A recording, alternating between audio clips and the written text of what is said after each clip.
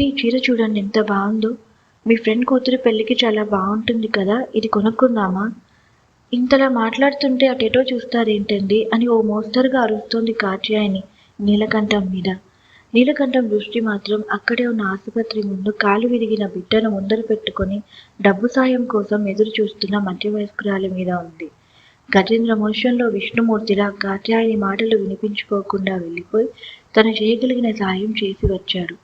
చీరకని దాచిన డబ్బు ఖర్చయిపోయిందని అర్థమై అలిగి భర్త వంక గుర్రుగా చూస్తూ ఇల్లు చేరింది. ఫంక్షన్లో నువ్వు కొత్త చీరతో పొందే ఆనందం కంటే కొడుకుని నడుస్తూ చూసే ఆ తల్లి కళ్ళల్లో కనిపించే ఆనందం ఎక్కువ కదా. ఇంతే కదా మీరు నాకు చెప్పేది. ఇంకెన్నాళ్ళండి మీ దాన ధర్మాలు? మీ కరుణారసంలో మేము కొట్టుకుపోతున్నాము.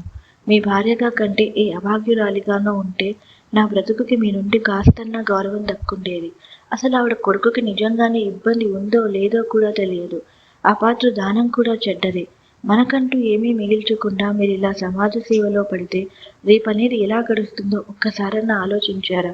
అసలు మనం ప్రేమించుకునే రోజుల్లో ఎంత జల్సా చేసేవారు. 10కి 100 రూపాయలు ఖర్చు పెట్టారు. పెళ్ళవంగానే ఇలా మారిపోయారు. నా మీద ఇది ఏమైనా కష్ట సాధింపు చర్య అని మండిపడింది నీలకంఠంపై. నిజమే, పెళ్లికి ముందు నేను నా జీవితం గురించి ఆలోచించాను.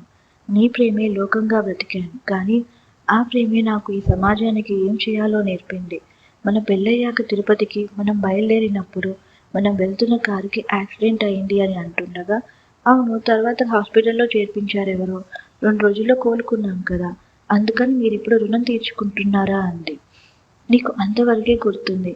ఆ తర్వాత కొన్ని రోజులకి మనం కొడైకెనాల్లో ఒక కొండ ఎక్కుతుండగా నువ్వు కళ్ళు తిరిగి పడిపోయావు ఒక రాయి తగిలి. చుట్టూ ఎవరూ లేరు. నిన్ను ఎత్తుకుని నేను ఎంతో దూరం వెళ్ళాను. నీలాని చాలామంది అనుకున్నారు నేనేదో నాటకం ఆడుతున్నాను డబ్బులు దోచుకోవడానికి అని. నీ ప్రాణం పోయిందని అనుకున్నాను ఒక్క క్షణం. అప్పుడే ఎక్కడి నుండో ఒకతను వచ్చాడు.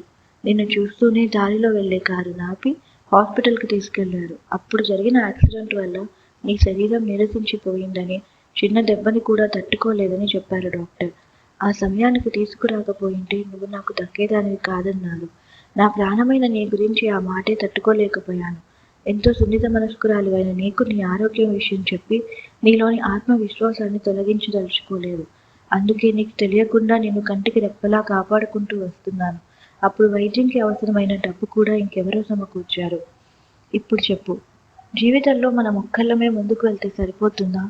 ఊరుగాని ఊర్లో మనం ఎవరమో అనుకుని దయతో మనకి వాళ్ళు సాయం చేయకపోయింటే నువ్వు ఈరోజు ప్రాణాలతో ఉండేదానివా? నిన్ను పోగొట్టుకొని నేను బ్రతికుండగలిగేవాడినా? అసలు మనకి రేపనేది ఉండుండేదా? నేను అప్పు చేసో కుటుంబ అవసరాలు విస్మరించో సహాయం చేయట్లేదు. నా బాధ్యతలు నిర్వర్తిస్తూనే నాకు చేతనైన సహాయం ఒకరికి చేస్తున్నాను. ఏ ఇంటి దీపమో ఆరిపోకుండా నా ప్రాణజ్యోతి ప్రజ్వలిస్తే ఈ జన్మకి నేను చరితార్థులనే కదా. కళ్ళ వెంట నీరు జారుతుండగా నా దాకా వస్తే కానీ ఆ నొప్పి తెలియలేదండి. అయినా మనకొకరు సాయం చేశారని కాదు, మనిషి పుట్టినందుకు దయా కరుణ అనే గుణాలు కలిగి ఉండాలి. నేనే ఇన్నాళ్ళు మనిషిలా ప్రవర్తించలేదు. నా కళ్ళు తెరిపించారు. ఇక మీదట మీ అడుగుల్లో నా అడుగులు కూడా జతకడతాయి అని నిండు మనసుతో అంది కాత్యాయని.